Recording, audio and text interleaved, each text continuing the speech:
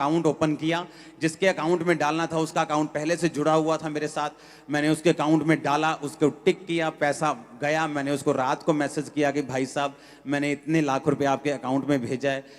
उसने कहा God bless you. मैंने कहा ठीक है जी, अब तो हो गया, गॉड ब्लेस यू, अभी तो खाता खाली हो गया। इमेजिन करो, थोड़े दिन में ही एक फैमिली मुझसे मिलने के लिए आई और उस फैमिली ने कहा कि परमेश्वर ने हमारे दिल में डाला है कि हमारे पास एक प्लॉट है, हम उसे बेचकर हम आपको देना चाहते हैं कि आप साउंड परचेज कर लो। कहां मैं उसे महीनों से जोड़ रहा था और कहां एक व्यक्ति आया और उसने पूरे के पूरे साउंड का खर्चा दे दिया। वो पहला टाइम था जब चर्च ने अपना साउंड खरीदा था। वो क्या था? एक छुटकारा। आज चाहे उस पैसे की आज उतनी वैल्यू नहीं, वो उतने पैसे के शायद 4 माइक आए, आज 1.5-2 लाख का माइक है, पर उस समय वो एक छुटकारा था मेरे लिए। आप कितने मेरी बात को समझ रहे हैं? मेरे लिए वो बड़ा छुटकारा था कि मेरी चर्च किराए से फ्री हो गई। अब किराए का पैसा मैं दरी में लगाऊंगा, मैं चर्च को बनाने में लगाऊंगा। मेरे लिए वो छुटकारा था। लेकिन परमेश्वर ने वो छुटकारा मुझे इसलिए नहीं दिया कि मुझे साउंड की जरूरत थी। जब मैंने विश्वास के कदम को उठाया तो परमेश्वर ने वो छुटकारा दिया। आप मेरी बात समझ रहे कि नहीं? जब चर्च शुरू हुई 2007-8 में, 7 में मैं खामरा में आया, 8 में चर्च शुरू हुई। 3 लोग थे चर्च में। मैं ही चाय बनाने वाला था, मैं ही चाय बांटने वाला था, मैं ही दरी बिछाने वाला था, मैं ही दरी उठाने वाला था, मैं ही टेंट मैन था, मैं ही प्रीचर था, मैं ही क्लीनर था, सारा कुछ मैं ही था। हालेलुया। जब लोग आने वाले होते थे, दरी भी मैं बिछाता था, पुलपट भी मैं ही लगाता था। साउंड तब जरूरत थी नहीं 3 लोगों में। सारा कुछ, चाय भी मैं एक बनाता था, बिस्किट भी मैं लेके आता था, उनको पिलाता भी मैं ही था, उनको खिलाता भी मैं ही था, उनको प्रीच भी मैं ही करता। सुनो मेरी बात, परमेश्वर की सेवा जो है वो शौक से होती है। आमीन। वो लव से होती है कि चाहे मैं 3 लोगों के सामने हूं, लेकिन मुझे यीशु मसीह से प्यार है और मैं उनको परमेश्वर के बारे में बताना चाहता हूं, उनको यीशु मसीह की लाइन पे लेके जाना चाहता हूं। तब क्या हुआ, 2007 में 8 में एक 10 बाय 10 के कमरे से जब चर्च शुरू हुई तो चर्च बढ़ गई। जब 27-28 लोग हो गए, ओवरफ्लो हो गया। बल्ले भी बल्ले, 27 अगर 27 से 3 लोग ज्यादा हो गए तो ओवरफ्लो हो गया। 3 लोग बाहर बैठे जी हॉल के। आज खामरा चर्च ओवरफ्लो था, 3 लोग बाहर थे, ऐसा ओवरफ्लो था तब। सुनो, हालेलुया। तो क्या हुआ, जब मैंने बात की, मैंने सोचा कि मेरे उस कमरे के पास ऐसे 2 वेड़े हैं, एक ऐसे जाता है, एक ऐसे जाता है। तो मैंने, वो किराए पे था, मैंने मकान मालिक से कहा, मैंने कहा लोग बढ़ रहे हैं तो मुझे ये वाला आपका जो यहाँ पे मीटिंग अभी करनी पड़ेगी। उसने मना कर दिया। उसने कहा नहीं नहीं, ये छत थोड़ी सी कमज़ोर है, पता नहीं मीटिंग होगी कि नहीं। मतलब उसने मना कर दिया। मैं सोचा, मैंने कहा मैं तो ये सोच रहा था कि यहाँ होना चाहिए, परमेश्वर मेरी हेल्प करेगा, लेकिन अब मैं क्या करूँगा। तो परमेश्वर ने इंतजाम किया है कि नीचे प्लॉट, मेरी फैमिली का प्लॉट था, वहां मीटिंग शुरू हुई। उसके बाद जब वो भर गया, उसके सामने ग्राउंड थी, फिर वहां मीटिंग शुरू हुई। जब वो ग्राउंड में हम गए तो उस ग्राउंड का जो मालिक था वो एक दिन आके बोला, यार तुम इतने कब्जा ही ना कर लियो। मैंने कहा भाई साहब, हम 200 करोड़ की कोठी फ्री में छोड़ के आए, ये कब्जा करने के लिए नहीं आए हम। हाँ, लेकिन तब लोग आपको समझते नहीं, जब आपके अंदर रिजल्ट नहीं होता, जब आपने कुछ दिखाया नहीं होता, तब लोग आपको समझ नहीं पाते। तब मैंने कहा ठीक है, हम ये जगह 1 महीने के अंदर अंदर छोड़ देंगे। हमने जगह फाइंड करनी शुरू की। परमेश्वर कोई रेंट पे जगह हमें दे दे, कोई रेंट पे जगह मिल जाए, बड़ा प्लॉट मिल जाए, 100 मरले 150 मरले का रेंट पे। तो कोई रेंट पे देने के लिए तैयार नहीं था। तो एक डॉक्टर साहब है, उन्होंने अपना प्लॉट हमें ऐसे ही दे दिया कि आप यूज करो। फिर वहां गए, फिर मुझे मालूम था कितनी देर तक कोई प्लॉट, आपको कहीं तो अपनी जगह में जाना ही है, लेकिन कभी भी पैसों का इंतजाम नहीं, इतनी बड़ी चर्च होने के बावजूद भी। एक दिन जब मैं इंडिया के बाहर था तो वहां पे मुझे, जब मैं चर्च में गया तो वहां पे रूम के पैसे लगते हैं। मान लो एक रूम के वहां पे पैसे थे कि मान लो कि 80,000 रुपया एक वीक का, मान लो 2.5-3 लाख रुपया मुझे उस रूम के उनको देने थे। तो जब मैं वहाँ उस चर्च में पहुँचा अपने स्पिरिचुअल फादर के पास, तो उन्होंने मैसेज भेजा कि आपको रूम के पैसे देने की ज़रूरत नहीं। तो मेरे पास वो सारे पैसे बच गए। और जब मैं 3 हफ्ते वहाँ पे रहा और जब मैं आने लगा तो परमेश्वर ने, आप इमेजिन करो, ये नहीं कि पैसे बच गए, ले अभी फ़ायदा हो गया वापस ले जाएंगे पैसे। नो नो नो, मुझे मालूम था कि परमेश्वर खास मकसद के तहत ऐसा कुछ कर रहा है। जब परमेश्वर ने कहा कि जितने डॉलर्स तेरे पास हैं वो सारे बो के जाने, आप इमेजिन करो, मेरी जेब में लाखों रुपए के डॉलर्स थे, और जब मैं वहां फ्लाइट में लागोस से न्यू दिल्ली के लिए चढ़ा हूं, मेरी जेब में $1 भी नहीं था, सिंगल डॉलर। सारे डॉलर्स मैंने बो दिए। सुनो मेरी बात। अब मुझे कितने साल से हम ट्राई कर रहे थे, 2008 की मिनिस्ट्री चल रही थी, 8 निकल गया, 9 निकल गया, 10 निकल गया, 11 निकल गया, 12 में प्रवेश करने वाले थे, अभी तक चर्च के पास जगह नहीं थी। ये नहीं कि हमें चाहिए, बहुत ज्यादा जरूरी चाहिए, इसका मतलब ये नहीं परमेश्वर हमें दे देगा जब तक हम विश्वास के कदम नहीं उठाते। जब मैंने वहां पे एक बड़ा बीज बो दिया और इतना विश्वास के साथ कि परमेश्वर वापसी में अगर कोई काम पड़ गया तो तू जिम्मेवार है, मुझे मेरी जेब में एक भी पैसा नहीं है, आया तो मैं लाखों रुपए के साथ का, तेरी जिम्मेवारी है। इमेजिन करो, जब मैं वापस आया, परमेश्वर ने इंतजाम बनाए। 2012 के लिए परमेश्वर ने फर्स्ट टाइम था जब चर्च अपनी जगह में गई थी। उसके बाद जब वो जगह जहां पे ली गई, उसके साथ वाली जगह ली, लेकिन वो साथ वाली जगह झगड़े वाली थी। वो बोलता था मेरी है, जिसको हमने पैसे दिए वो बोलता था मेरी है, ही क्या प्रवासी लेनी नहीं जगह, साढ़े पैसे वापस करो। हमने वो जगह बेच की। 2014 में हम फिर इधर आए जहां आप बैठे हैं। आप मेरी बात समझे कि नहीं? मेरा छुटकारा मैं आपको इसलिए बता रहा हूं कि कैसे हुआ। बाइबल कहती है छुटकारा सिर्फ चाहने से, या मैं कितना दुखी हूं, या मुझे कितनी जरूरत है, इस चीज से कभी नहीं होता। हमें विश्वास के कदमों को उठाना पड़ता है, हमें व्यभिचार छोड़ना पड़ता है, हमें पाप छोड़ना पड़ता है, हमें बोना पड़ता है, हमें टाइथ निकालना पड़ता है, हमें ऑफरिंग्स को बोना पड़ता है, हमें परमेश्वर को अपनी जिंदगी समर्पित करनी पड़ती है, हमें अपनी जिंदगी से डर निकालना पड़ता है। बहुत सारी चीजें हैं जो छुटकारा मायने रख, जिससे छुटकारा आता है। वो छुटकारा किस तरह आएगा वो मायने रखती हैं चीजें। हालेलुया। कितने मेरी बात को समझ रहे हैं? मैं आपको अपना छुटकारा बता रहा हूं कि एक पास्टर के लिए मुझे मालूम है कितना मुश्किल होता है कि उसकी चर्च 7,000 क्रॉस कर जाए, लेकिन फिर भी उसके पास अपने चर्च के लिए जगह ना हो। उसे मालूम हो किराए पर आप कितनी देर रह लोगे, कितनी देर कोई आपको किराए पे अपने रख सकता है। कभी ना कभी तो आपको निकलना ही पड़ेगा, कभी ना कभी तो आपको अपनी जगह में जाना ही पड़ेगा। लेकिन कब ऐसा होगा? हम सोचते हैं हम प्रार्थना करेंगे, प्रार्थना करते रहेंगे, 40 साल भी करते रहेंगे, लेकिन जब तक आप विश्वास के कदम नहीं उठाएंगे, जब तक आप बोएंगे नहीं, जब तक आप परमेश्वर के वचनों को मानेंगे नहीं, तब तक परमेश्वर आपकी लाइफ में काम नहीं करता। हालेलुया। पहला राजाओं 3 उसकी 3 से 15 आयत में लिखा हुआ, सुलेमान यहोवा से प्रेम रखता था और अपने पिता दाऊद की विधियों पर चलता रहा। वह ऊंचे स्थानों पर भी बलि करता और धूप जलाता, और राजा गिबोन को बलि चढ़ाने गया, और क्योंकि मुख्य स्थान वही था, वहां उसने 1000 होम बलि चढ़ाए। हमेशा ये बात याद रखो, जब कोई भी बलि की बात होती है या ऐसी किसी चीज की बात होती है तो वो यहोवा के लिए है। पुराने टाइम में लोग वो सुगंध भी चढ़ाते थे और बलि भी चढ़ाते थे पुराने टाइम में। तो जब भी मैं आपको बलि की बात करूं, सुगंध की बात करूं, तो आपको मालूम होना चाहिए कि वो यहोवा के लिए था। गिबोन में यहोवा ने रात को स्वप्न के द्वारा सुलेमान को दर्शन देकर कहा, जो कुछ तू चाहे मैं तुझे दूं, मैं मांग। सुलेमान ने कहा, तू अपने दास मेरे पिता दाऊद पर बड़ी करुणा करता रहा, क्योंकि वह अपने को तेरे सम्मुख जानकर सच्चाई और धर्म के साथ चलता रहा। तूने उस पर इस तरह की करुणा की, उसे उसकी गद्दी पर विराजने वाला एक पुत्र दिया है, जैसा कि आज वर्तमान है। अब हे परमेश्वर यहोवा, तूने अपने दास को मेरे पिता दाऊद के स्थान पर राजा किया है, परंतु मैं छोटा लड़का सा हूं जो भीतर बाहर आना नहीं जानता।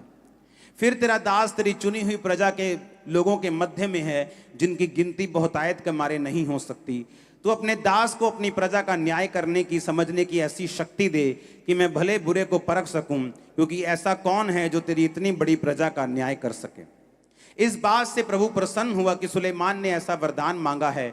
तब परमेश्वर ने उससे कहा, इसलिए कि तूने वरदान मांगा, ना तो दीर्घायु, ना धन, ना अपने शत्रुओं का नाश मांगा, परंतु समझने के विवेक का वरदान मांगा है। इसलिए सुन, मैं तेरे वचन के अनुसार करता हूं, तुझे बुद्धि विवेक से भरा हुआ मन देता हूं, यहां तक कि तेरे समान ना तो कोई पहले हुआ ना बाद में होगा। फिर जो तूने नहीं मांगा, धन और महिमा भी मैं तुझे यहां तक देता हूं कि तेरे जीवन भर कोई राजा तेरे तुल्य ना होगा। परंतु यदि तू अपने पिता दाऊद के समान मेरे मार्गों में चलता हुआ मेरी विधियों और आज्ञाओं को मानता रहेगा, तो मैं तेरी आयु को बढ़ाऊंगा। तब सुलेमान जाग उठा और देख कर कि यह सपना था, फिर वह यरूशलेम को गया और यहोवा की वाचा के संदूक के सामने खड़ा होकर होम बलि और मेल बलि चढ़ाए और अपने सब कर्मचारियों को भोज दिया। अब यहां पे बाइबल कहती है जब सुलेमान राजा बना, उसे एक बात मालूम थी कि उसकी प्रजा बहुत बड़ी है, लेकिन उसके पास ऐसी बुद्धि नहीं जो अपनी प्रजा का न्याय कर सके। अब उसे छुटकारा चाहिए। बाइबल कहती जब वो परमेश्वर के संदूक को लेके आ रहा था, उसने परमेश्वर के संदूक के सामने हजारों बलियों को चढ़ाया। जब भी आप अपनी जिंदगी से परमेश्वर के सामने कुछ ऐसा चढ़ाते हैं जो आपके लिए बहुत मायने रखता है। हन्ना ने अपना बेटा परमेश्वर को चढ़ा दिया, सेवा के लिए दे दिया। सुलेमान ने लिखा लाखों भेड़ों को कुर्बान कर दिया। पुराने टाइम में जो भेड़ें होती थी वो पैसों के बराबर थी। लोग आपकी वेल्थ को भेड़ों के, आपके गधों के, आपके घोड़ों के जो साइज था उसके हिसाब से आपको जांचते थे। बाइबल कहती है कि जब उसने वो दिया तो परमेश्वर ने उसको सपना दिया और परमेश्वर ने कहा तू मुझसे क्या मांगता है। जब भी आप परमेश्वर को कुछ ऐसा देंगे जो आपके लिए कीमती है, परमेश्वर की स्पिरिट आपके लिए हिलेगी और वो आपसे बात करेगा। कुछ ऐसा जो मेरे लिए कीमती है, मैंने बहुत बार परमेश्वर को दिया है। जो मेरे लिए बहुत मायने रखता है, मैंने परमेश्वर को दिया है। लेकिन बाइबल कहती है जो छुटकारा परमेश्वर चाहता है तुम्हारा हो, उसके लिए परमेश्वर को तुम्हें वचन में लेके आना होगा और तुम्हारे अंदर फिर परमेश्वर डालता है, भाई साहब तू ऐसा कर, मेरे बेटे मेरी बेटी तू ऐसा कर, मेरे बेटे ये परमेश्वर को दे दे, मेरी बेटी ये परमेश्वर को दे दे। क्योंकि जो छुटकारा परमेश्वर देना चाहता है वो बिना इस प्रोसेस से निकले हुए परमेश्वर आपको नहीं दे सकता। क्योंकि वचन में लिखा हुआ है जब तू बोएगा मैं तुझको हिलाकर डुलाकर, लेडीज आटा मांगते ने पड़ोसी से कई बार, भैन जी दइयो एक, हाँ साडा आटा मुक्का तुम देने वापस, वो ऐसे उठाती है आटा ऐसा करके देती है। परमेश्वर कहता है तूने तो ऐसे करके दिया है, जब मैं तुमको दूंगा तो मैं से दबा दबा कर दूंगा, मैं तुम्हें ज्यादा वापस करूंगा। हालेलुया। अगर परमेश्वर ने मुझको छुटकारा देना है, पहले वो मुझसे बात करता है कि तुझे ये काम करना है, तुझे इतनी प्रार्थना बढ़ानी है, तुझे पवित्रताई के लेवल को बढ़ाना है, तुझे ये काम करना है, तुझे इतना पैसा बोना है, तुझे ये अपनी ये चीज परमेश्वर को दे दे, ये वाली कार परमेश्वर को दे दे। बहुत बार मेरे साथ ऐसा हुआ। उससे क्या होता है कि जब मेरी एक कीमती चीज परमेश्वर को मैं चढ़ाता हूं, परमेश्वर देखता है कि हाँ इसके अंदर विश्वास है। और बाइबल कहती है वो छुटकारा जो परमेश्वर हमें देना चाहता है हमारी लाइफ के अंदर एंटर कर जाता है। और ये बिब्लिकल है, ये परमेश्वर का प्लान है, ये परमेश्वर की व्यवस्था है जो उसने हमारे लिए की है कि जितना छुटकारा परमेश्वर हमें देता है वो उसी व्यवस्था के बीच में देता है, उससे बाहर नहीं। अगर अमेरिका की सहूलतें चाहिए तो वहीं का ग्रीन कार्ड चलना चलेगा। अगर अगर अगर यूके की सहूलतें चाहिए तो वहीं का आपको परमानेंट रेजिडेंस चाहिए। अगर आपको जिस देश की आपको सहूलतें चाहिए, उस देश का जो आपको चाहिए, आपको उस देश के रेजिडेंट होना पड़ेगा। उसी तरह अगर परमेश्वर का छुटकारा चाहिए तो आपको वचन के बीच से आना पड़ेगा और उस व्यवस्था से आना पड़ेगा जो परमेश्वर ने आपके लिए तैयार की है। कितने मेरी बातों को समझ रहे हैं? अब मैंने एक बात अपनी लाइफ में नोटिस की है, जितने लोगों की स्पिरिट बोने वाली होती, देने वाली होती, वो हमेशा दूसरे लोगों से जल्दी छुटकारा पाते हैं। मैंने नोटिस किया। कंजूस क्रिश्चियंस भी होते हैं, वो चर्च भी जाते हैं लेकिन कंजूस, किसी की हेल्प करनी हो कंजूस। आप इसकी स्पिरिट देखो, वो स्पिरिट कहां से ली इसने? वो स्पिरिट ली पहला इतिहास 29 उसकी 3 से 5 आयत, अपने बाप दाऊद से उसने वो स्पिरिट को हासिल किया था।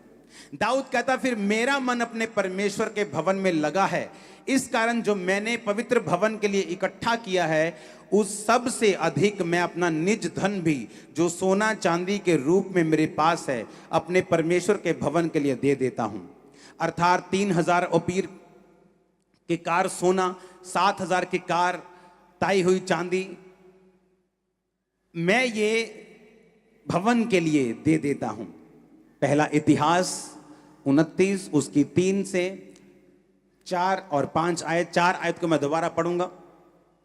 उसने कहा 3000 की कार सोना और 7000 की कार ताई हुई चांदी, 110 टन सोना 240 टन चांदी बनती है ये। हालेलुया। कितने टन सोना बनता है? एक 10 ग्राम सोना 50,000 के करीब है। हाँ, 1 किलो सोना 50 लाख का हो गया। इमेजिन करो 110 टन सोना। पर्सनल की बात कर रहा हूं, जो दाऊद का पर्सनल सोना था, जो दाऊद की पर्सनल चांदी थी। उसने कहा जो भवन के लिए मैंने इकट्ठा किया मैं वो तो देता ही हूं, लेकिन मैं अपना निज धन, जो मेरा निज धन है, जो मेरी पर्सनल प्रॉपर्टी है, जिस तरह आज जब इंग्लैंड की जो रानी जो प्रभु के पास चली गई, उसका जो निज धन है, इंग्लैंड का धन नहीं, इंग्लैंड के पास धन नहीं, जो उसका निज धन है वो भी बिलियन डॉलर्स में है। दाऊद का जो राजाओं का निज धन होता था, अपना धन, उसने कहा मैं अपना सारा निज धन, मैं सोना, मैं चांदी, क्योंकि मेरा मन परमेश्वर के भवन के साथ लगा हुआ है, मैं वो भी परमेश्वर के भवन को देता हूं। हुआ क्या? परमेश्वर ने उस सोने को ग्रहण किया, और इसीलिए जब सुलेमान ने उसी स्पिरिट को लेकर उसी बलियों को उसी तरह की देने की आत्मा जो उसके पिता में थी, जब वो बलियां चढ़ाता था, परमेश्वर ने विजन दिया। बलि देने के बाद परमेश्वर रात में सपने में आता और बोलता है तेरे को क्या चाहिए? उसने कहा मैं छोटा लड़का हूं, मैं चाहता हूं कि तू मुझे बुद्धि दे ताकि मैं तेरी प्रजा का न्याय कर सकूं। परमेश्वर कहता है अब मैं तुम्हें बुद्धि भी दूंगा, ऐश्वर्य भी दूंगा, धन भी इतना दूंगा कि तेरे पहले या बाद में किसी राजा को मैंने इतना नहीं दिया होगा। कारण क्या? क्योंकि जो दाऊद ने बोया उससे पहले इतिहास में ऐसा बड़ा बीज कभी भी बोया नहीं गया था। किसी ने भी इतना बड़ा बीज इतिहास में नहीं बोया था जो दाऊद ने बोया। जब दाऊद ने बोया, परमेश्वर ने कहा तू मुझे हरा नहीं सकता। तेरे बाप ने जो बड़ा बीज बोया, चाहे तूने ये पैसा नहीं मांगा, उस बीज के कारण मैं तुझे बुद्धि भी देता हूं जो तूने मांगी है, लेकिन पैसा भी इतना दूंगा कि तेरे बाद या तेरे आने वाले समय में पहले भी या अब भी कोई भी राजा ऐसा नहीं होगा। हालेलुया। और बाइबल कहती है छुटकारा सुलेमान की जिंदगी में एंटर हुआ। तभी वो छुटकारा जब आया तो सुलेमान के अंदर इतनी बुद्धि थी कि लोग उससे मिलना चाहते थे। जब सुलेमान के अंदर बुद्धि ज्यादा हो गई तो लोग क्या करते थे, मैं आपको बताता हूं कैसा होता है। जब एक देश मजबूत हो जाता है तो दूसरे देश उसके साथ जुड़ने के लिए भेंटों को भेजते हैं कि भाई साहब हमारे देश का जो पीतल है बड़ा अच्छा होता है, हम चाहते हैं आपके साथ व्यापार करना, हम आपको बेस्ट पीतल देंगे। हमारे देश की टेक्नोलॉजी बड़ी अच्छी है, हम आपको बेस्ट टेक्नोलॉजी देना चाहते हैं। हमारे देश की गाय बैल बड़े अच्छे हैं, हम आपको वो देना चाहते हैं। जब सुलेमान के अंदर इतनी बुद्धि आ गई तो सारे देश के जो लोग थे उसके साथ काम करना चाहते थे, क्योंकि वो अपनी बुद्धि से अपने देश को, अपने लोगों को इस तरह से चलाता था कि लोगों के लिए वो एग्जाम्पल था। बाइबल कहती है रानी, जब रानियां और राजे उसके पास आते थे तो वो बड़े हैरान होते थे उसके लोगों की पोशाक को देख के, उसके बैठना उठना, उसके राज करने का तरीका। और जब वो आते थे तो बहुत सी भेंट लेके आते थे। और जैसे ही जब सुलेमान के जीवन में बुद्धि एंटर की तो बहुत से देशों ने उसके साथ संधि करनी शुरू कर दी, बहुत से देशों ने उसके साथ व्यापार करना शुरू कर दिया। बाइबल बताती है कि सुलेमान घोड़ों का व्यापार भी करता था, अरब के घोड़े मंगवा के वो व्यापारियों को देता था। बाइबल कहती है कि इस धरती के नीचे ऐसी कोई चीज नहीं थी जिसकी नॉलेज सुलेमान को नहीं थी। परमेश्वर ने हर एक चीज के लिए उसकी बुद्धि को खोल दिया था। लेकिन उस छुटकारे की शुरुआत कहां से हुई? बोने से। समझ आ रही है कि नहीं? इमेजिन करो जो लोग नहीं बोते, इमेजिन करो वो क्या मिस करते हैं। ये नहीं कि उनकी तनख्वाह 15,000 से 14,000 रह जाएगी, वो आइडियाज मिस कर देते हैं जो पवित्र आत्मा जन्माता है आपकी लाइफ के अंदर। वो आइडियाज मिस हो जाते हैं उनके, वो गाइडेंस मिस हो जाती है जो इस दुनिया को जन्माने वाला, देखी हुई जितनी सब चीजें उनको बनाने वाला परमेश्वर जो उनके दिमाग में जन्माना चाहता है, वो आइडिया वो मिस कर जाते हैं। आप जितने मर्जी समझदार हों, आप 10 आइडिया लगाओ, लेकिन कौन सा ऐसा आइडिया है जो परमेश्वर का उपजाया हुआ है और जिसमें परमेश्वर चाहता है, जो आपके लिए, फ्यूचर के लिए, आपके बच्चों के लिए भी कामयाब रहेगा? वो उन्हीं लोगों को मिलता है जो बोने वाले लोग हैं। बाइबल कहती, पौलुस ने कहा, जब हम फिलिपियों की पुस्तक पढ़ते हैं उसका 4 उसकी 15 से 19 आयत, तो उसने कहा, हे फिलिपियो, तुम आप भी जानते हो कि सुसमाचार के आरंभ में जब मैं मकदुनिया से विदा हुआ तो तुम्हें छोड़ और किसी मंडली ने लेन देन के विषय में मेरी सहायता नहीं की। जब मैं थिस्सलुनीके में था तब तुमने मेरी घटी पूरा करने के लिए 1 नहीं 2 बार दान भेजा था। ये नहीं मैं दान चाहता हूं, परंतु ऐसा फल चाहता हूं जो तुम्हारे लाभ के लिए बढ़ता जाए। अब पौलुस कहता है, जो तुमने दान भेजा था वो मुझे नहीं चाहिए, आपका पैसा मुझे नहीं चाहिए। आप चर्च मेरे को तनख्वाह नहीं देती या मेरी वाइफ को तनख्वाह नहीं देती, चर्च मेरी मदर भी यही सेवकाई करती है, नहीं मैं हम नहीं लेते तो हम अपनी मदर को दिलवा दें, या इधर से उधर से, कोई तनख्वाह नहीं लेता। पौलुस कहता मैं तुम्हारा पैसा नहीं लेता हूं, मैं तुम्हारा दान नहीं चाहता हूं, पर मैं ऐसा फल चाहता हूं जो तुम्हारे लाभ के लिए बढ़ता जाए। पौलुस ने कहा मुझे तुम्हारा पैसा नहीं चाहिए, मैं तंबू सीता हूं, मेरे और मेरे जो सहकर्मी जो इवेंजलिस्ट हैं, जो प्रेरित हैं, वो अपना कारोबार करके अपना घर चला सकते हैं, अपना पेट पाल सकते हैं। लेकिन तुम जो बोते हो, तुमने जो बोया है परमेश्वर के राज्य के लिए, 2 बार इस घटी में, जब मैं परमेश्वर के सुसमाचार में था, जब मैं मिशनरी यात्राओं के ऊपर था, जब मेरे को पैसे की जरूरत थी, तुमने बोया। कहता अब मेरा परमेश्वर 19 आयत में उस धन के अनुसार जो महिमा सहित मसीह यीशु में है, तुम्हारी हर एक घटी को पूरा करेगा। आमीन। ये सब लोगों को नहीं कहा उसने। आज हर क्रिश्चियन इस वचन का रट्टा मारकर परमेश्वर से अपनी जरूरतें पूरी कराने की कोशिश ना करे। आप क्रिश्चियन हैं, आप जादू टोना करने वाले लोग नहीं हैं कि आप एक आयत को निकालेंगे और उसको पढ़ेंगे और बोलेंगे कि मैं 10 बार पढ़ूंगा जी, मैं इसको 100 बार पढ़ूंगा तो ये आयत पूरी हो जाएगी मेरी लाइफ में। ऐसा नहीं है। उस आयत को पढ़ने से पहले, उस पवित्र कलाम को पढ़ने से पहले, उस पवित्र बानी को, वचन को पढ़ने से पहले वो कहा किन लोगों के लिए गया? वो लोगों जिन्होंने मिशनरी कामों के लिए पौलुस की सहायता की थी। उसने कहा किसी और ने मेरी सहायता नहीं की, परंतु तुम लोगों ने 1 बार नहीं 2 बार मुझे भेजा। अब मेरा परमेश्वर तुम्हारी घटियों को पूरा करेगा। मेरी ये प्रेयर है, आपके बच्चों की मैरिजेस हेवन करेगा यीशु के नाम में। मेरी ये प्रेयर है, आपके इंतजाम परमेश्वर का हेवन करेगा, हेवनली सप्लाई आपके साथ होगी। मेरी ये प्रार्थना है, आपकी किचन्स भरी रहेंगी यीशु मसीह के सामर्थी नाम में। आमीन। चाहिए बरकत तुम्हारी है चर्च। हालेलुया। हम जब बाइबल में देखते हैं कि जो बोना है, अगर आप हमारी जिंदगी देखेंगे तो हमारी जिंदगी बोने वाली है। मुझे प्लेन में जाना है, मैं पहले बोता हूं। मुझे यात्रा करनी है, मैं बोता हूं। मेरे बच्चे का बर्थडे है, मैं बोता हूं। मेरा स्पिरिचुअल बर्थडे है, मैं बोता हूं। कोई काम हो जाए, मैं बोता हूं। उससे क्या है कि मेरी लाइफ में जो फल है, जो फ्रूटफुलनेस है, वो हमेशा बनी रहती। नहीं तो ऐसा कोई फॉरेन फंड यहां पे नहीं आता कि हम बोलें कि इतना बड़ा भवन आप बना सकते हो। मेरी टीम भी हैरान होती किस तरह से हमें पैसे की जरूरत होती और कोई ना कोई आके बोल देता है कि मैं ये थोड़ा बड़ा बीज देना चाहता हूं, आप मेरा बीज स्वीकार करें। और वो भी तब जब बिल्कुल जरूरत होती है। हमें मालूम होता है कि ये एसी का काम करना है, इसमें से इतने लाख रुपए की जरूरत है, लेकिन चर्च की ऑफरिंग से ये काम कैसे हो सकता है? क्योंकि जब हम बोते हैं, जब हम परमेश्वर के वचन को पूरा करते हैं, तो वो हमारी जिंदगी में छुटकारे को देता है, डिलीवरेंस को देता है, जो आपको चाहिए होता है। कितने मेरी बात को समझते हैं? मैंने देखा पास्टर्स की लाइफ में डिलीवरेंस की कमी है। वो सोचते हैं हम पैसा इकट्ठा करेंगे, 10-20 साल में चर्च की जगह लेंगे। लेकिन अगर आप उन्हें पूछें आप पैसा बोते हैं क्या, टाइथ बोते हैं, आप ऑफरिंग्स बोते हैं? नहीं बोते। बहुत से लोग नहीं बोते। जो बोते हैं उनका इंतजाम परमेश्वर करता है, हेवन उनके लिए ओपन होता है, डिलीवरेंस उनकी लाइफ में एंटर करती। इसलिए मैंने कहा जो 7 हफ्ते आप डिलीवरेंस का वचन सुनेंगे, अगर आपने इन 7 हफ्तों में डिलीवरेंस के वचन को फॉलो किया, छुटकारा आपके पास होगा। और मैं आपको बता रहा हूं, सुनो, छुटकारे की शुरुआत आपकी लाइफ में हो चुकी है। मैं देख रहा हूं स्पिरिट में। आप बिलीव करते हैं क्या? मैं आपको स्पिरिचुअली बता रहा हूं ये चीज। मैं अपनी स्पिरिचुअल आईज से देख रहा हूं राइट नाउ। अगर मैं आप जेंट्स की ओर देख रहा हूं, अगर मैं आपकी ओर देख रहा हूं, मैं आपको बता रहा हूं स्पिरिचुअली छुटकारा एंटर कर चुका है आपकी लाइफ के अंदर। आप जस्ट बड़ी टेस्टिमनीज को हासिल करेंगे और आएंगे वापिस। Hallelujah, hallelujah.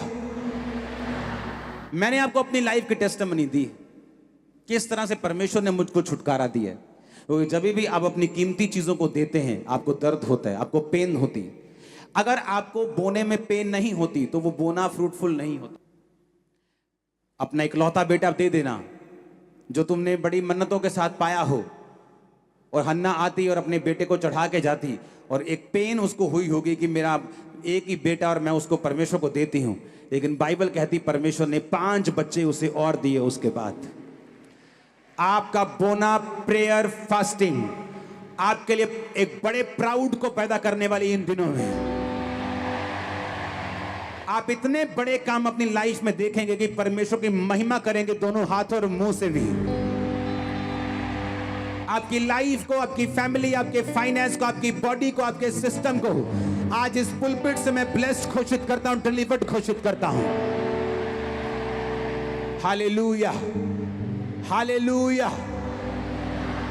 और मैंने देखा है ये एक आदत है। मत सोचो कि मेरे पास थोड़ा पैसा है तो मैं तब बोऊंगा जब मेरे पास ज्यादा होगा। मैंने देखा ये आदत है।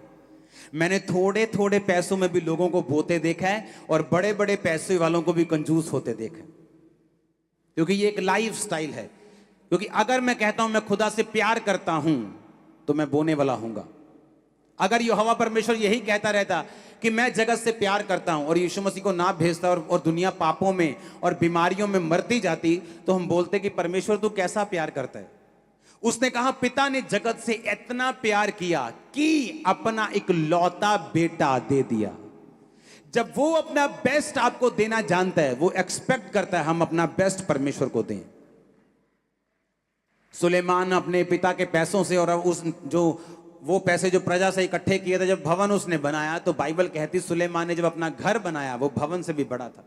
ये बात अटपटी लगती थी मेरे को बहुत, लेकिन परमेश्वर को आप हरा नहीं सकते। आप परमेश्वर को कुछ भी देते हैं, आप उसको एक वो डोंगा आटा देंगे, वो उसको लिखता दबा दबा कर, हिला हिला कर, दबा दबा कर तुम्हें वापिस करेगा। आमीन, आमीन। वो ऐसा ही है। वो ये चाहता है कि हमारा मन इस दुनिया की किसी भी वस्तु पे ना लगे। हमें जो भी मिले वो एक बीज के रूप में, मैं विश्वास करता हूं कि हमें मिलता है। जो भी हमारे पास है वो एक बीज है, एक फसल के लिए। जब उस बीज को हम बोते हैं, वो फसल को हासिल करते हैं। फिर उस फसल से भी हम बीज को बोते हैं, हम नेक्स्ट फसल हासिल करते हैं। किसान जितना मर्जी अच्छा हो, जितना मर्जी भला हो, अगर वो रोए जमीन के पास जाकर के मुझे कनक चाहिए और कनक को बोए ना, तो वो कनक हासिल नहीं कर सकता। उसे बीज बोना पड़ता है, उस बीज की रक्षा करनी पड़ती है, उस बीज को पानी देना पड़ता है, उस बीज को दवाई देनी पड़ती है। आपको भी उसी तरह करना पड़ता है। आप जब बोते हैं, आप उसको उसकी रक्षा करनी पड़ती है। ये नहीं आप बो के व्यभिचार में चले जाएंगे तो आपका बीज फलवंत होगा। आप लंगर प्रसादों में चले जाएंगे, आपका बीज फलवंत होगा। आपको उस बीज की रक्षा करनी पड़ेगी, आपको उस बोने की रक्षा करनी पड़ेगी, आपको उसकी केयर करनी पड़ेगी, आपको उसको पानी देना पड़ेगा, वचन में रहना पड़ेगा, संगति में रहना पड़ेगा। अपनी आंखों से अपने बोए गए बीजों की फसल आप, आपके बच्चे, आपका घराना खाने वाला है बड़ी रीति के साथ। आमीन। ऊंचा चाहिए church overflow branches. Hallelujah, hallelujah. जब मैंने ये सेवकाई की शुरुआत की थी तो मुझे मालूम था कि मुझे अपने लोगों को आधा अधूरा वचन नहीं देना। मेरे पास कई पास्टर्स आते हैं, मैं बोलता हूँ आप उनको लोगों को बोने का वचन नहीं देते। वो बोलते नहीं, जब हम लोगों को बोने का वचन देते लोग भाग जाते हैं वहां से।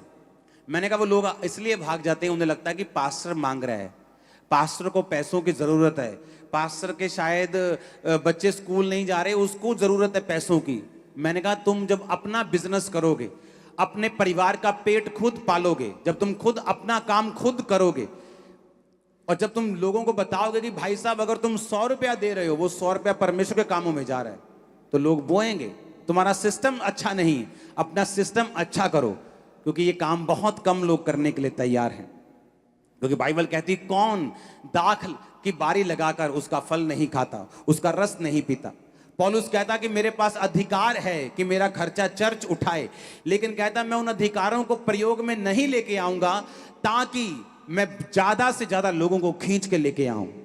अगर आपको मालूम है कि मेरा पैसा खुदा के भवन में 100% जा रहा है, तो मुझे मालूम है लोग खुल के बोते, उन्हें पता है कि हमारा पैसा जहां भी हम बो रहे हैं वो सही जगह पे जा रहा है और पूरा जा रहा है, और पूरे एक 100 बंदों की टीम है जो उसे खर्च रही है, पूरा हिसाब रखा जा रहा है।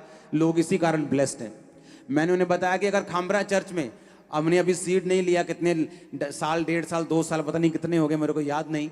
मैंने कहा अगर आज भी मैं सीड के लिए अनाउंस करूंगा तो उस दिन इतने लोग होते हैं जितने चर्च में नहीं होते। संडे खामरा चर्च में इतने लोग होते हैं।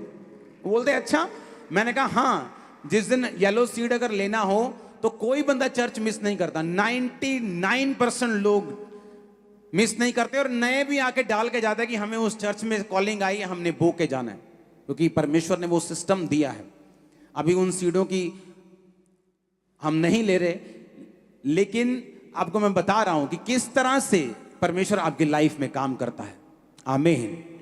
ये लाइफस्टाइल होना चाहिए। बोना तब नहीं जब मेरे पास करोड़ों रुपया है, मेरे पास 10 रुपए भी हैं तो मैं 1 रुपया बो सकता हूं। मैं किसी काम में, परमेश्वर के काम में उस 1 रुपये को लगा सकता हूं। जब मेरे हार्ट में, जब मेरे दिल में बोने की स्पिरिट आ जाएगी तो परमेश्वर कहता तू थोड़े में वफादार था, मैं तुझे ज्यादा दूंगा।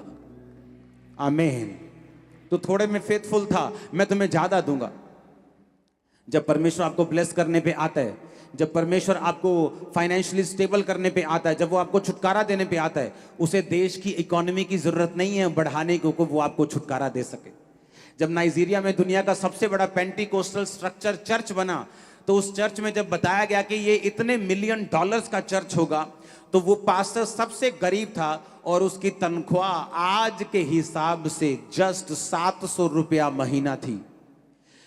3500 नायरा उसकी तनख्वाह थी, लेकिन 350 नायरा बोना, जो जिसकी वैल्यू सिर्फ 70 रुपए बनती, वो भूलता नहीं था। उसके स्पिरिचुअल फादर ने उसको बोना सिखाया था कि बेटा कम हो ज्यादा हो, बोना छोड़ना मत। आज वो सबसे बड़ा स्ट्रक्चर बना रहे हैं, और जिस चर्च को वो अब बना रहे हैं, जिस चर्च को वो अब बना रहे हैं, नई चर्च को, उसकी वैल्यू 3000 करोड़ के से भी ज्यादा है।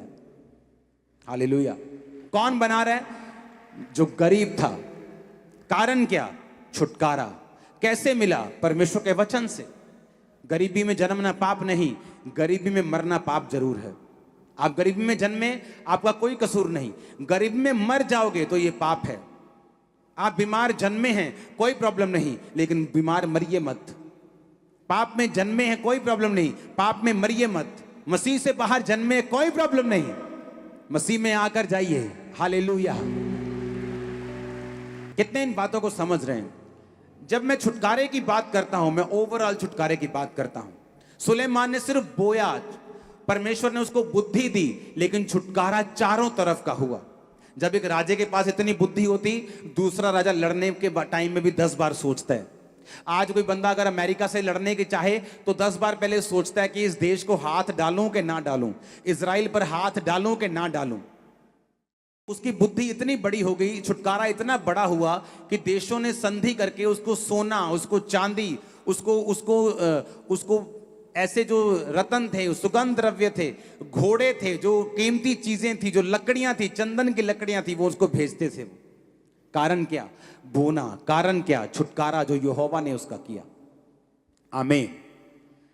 जब मुझे छुटकारा चाहिए तो मुझे ये बात मालूम होनी चाहिए, और बात मेरी याद रखना, जब तक छुटकारा नहीं होगा, बेइज्जती नहीं छूटेगी, वो साथ नहीं छोड़ेगी। अगर बेइज्जती से पार आना है तो छुटकारा चाहिए हमें। हालेलुया। अगर बेइज्जती से बचना है तो छुटकारा चाहिए। भजन संहिता में लिखा है 51 में कि हे परमेश्वर मेरा मुंह खोल दे ताकि मैं तेरा गुणानुवाद कर सकूं। वो ये मुंह की बात नहीं कर रहा, वो कह रहा है मुझे टेस्टमनी दे ताकि मैं तेरा गुणानुवाद, मेरा मुंह खोल दे, जिस तरह हन्ना के मुंह को उसने खोल दिया था। और बाइबल कहती परमेश्वर चाहता है हमारा मुंह खुले, लेकिन उसका तरीका है, उसके मुंह को खुलवाने का भी परमेश्वर के पास एक तरीका, एक वे है। जब उस वे से हम होके जाएंगे, हमारी पीढ़ियां भी ब्लेस होंगी, आपके पीढ़ियों तक ये ब्लेसिंग जाएगी। Hallelujah, hallelujah. मेक श्योर आप एक एक वचन जो छुटकारे का मैं आपको दूं, आप उसको फॉलो करें। एक भी संडे ऐसा ना हो जो आप मिस करें और छुटकारे को मिस करें। प्रेजेंट होके फिजिकली। ऑनलाइन उन लोगों के लिए है जो दूर बैठे, जो 2000 किलोमीटर दूर है। ये 200 मीटर पे दूर नहीं, ये 2 किलोमीटर 20 किलोमीटर वालों के लिए ऑनलाइन सभाएं नहीं है। मैं आपको परमेश्वर की आत्मा से बता रहा हूं। भूल जाओ कि आप 20 किलोमीटर दूर बैठे और ऑनलाइन अटेंड कर रहे हैं और आप सोचे कि आपने चर्च अटेंड कर ली। परमेश्वर के हेवन में आपकी अटेंडेंस नहीं लगी उस दिन, क्योंकि आपको फिजिकली बीज बोना है, अपने टाइम का, अपनी ताकत का। आपको बताना है कि परमेश्वर को, कि परमेश्वर मैं इतना कंफर्टेबल नहीं हुआ हूं कि तेरे भवन को छोड़ के संडे घर बैठ के देख लूंगा। आपको जब भी रिजल्ट मिलेगा कंफर्ट जोन के बाहर मिलेगा। जब भी आपका कंफर्ट खराब होने लगेगा, आपको मालूम होना चाहिए कि बड़े रिजल्ट आपके इंतजार कर रहे हैं। इतने कंफर्टेबल मत हो जाओ ऑनलाइन मीटिंग से कि घर बैठे। आज खामरा चर्च में अंदर ओवरफ्लो, सेकंड ओवरफ्लो, ब्रांचेस भरी पड़ी हैं, सब जगह ओवरफ्लोज हैं। इस क्योंकि लोगों को लगता है कि मैं शायद इसलिए कह रहा हूं कि गैदरिंग की कमी है। गैदरिंग इस साल चर्च डबल हुई है, खामरा चर्च। राइट नाउ ये इंडिया की सबसे बड़ी चर्च बन चुकी है, आपको मालूम होना चाहिए। लेकिन हमारा मकसद कंपटीशन करना नहीं, हमारा मकसद बड़े चर्च बनना नहीं, हमारा मकसद कुछ और है। आमीन। हमें वचन को देना है, हमें हील करना है, डिलीवर करना है, लोगों को शिक्षा देनी है, राइट तरीके से उनको लेके जाना है, ताकि वो इस ब्लेसिंग को अपनी पीढ़ियों तक पहुंचा सके। आमीन। आप सब ब्लेस्ड हैं यीशु के नाम में। और मेरा पूरा बिलीव है ये 7 हफ्ते जो वचन परमेश्वर दे रहा है आपको, इसको दोबारा फिर से सुनना, इसको फिर से सुनना, फिर से सुनना, इसको मिस मत करना। जस्ट अपनी स्पिरिट में इसको एंटर करने देना, आप एक नए मनुष्य होंगे। डिलीवरेंस आपकी लाइफ में स्पिरिट में एंटर कर चुकी है, मैं अब देख रहा हूं आपको भी। मैं नहीं कह रहा कि मिलेगा, बहुत सी गिनती ऐसी है आपकी स्पिरिट में डिलीवरेंस एंटर कर चुकी, वो आप कंसीव कर चुके हो अपनी स्पिरिट में। आप देखना किस तरह से फल लेके आते हैं आप। हालेलुया, जोर से बोलो हालेलुया। अपने हाथों को उठाओ। Thank you Jesus. गैर भाषा में प्रार्थना करो अगले 5 मिनट।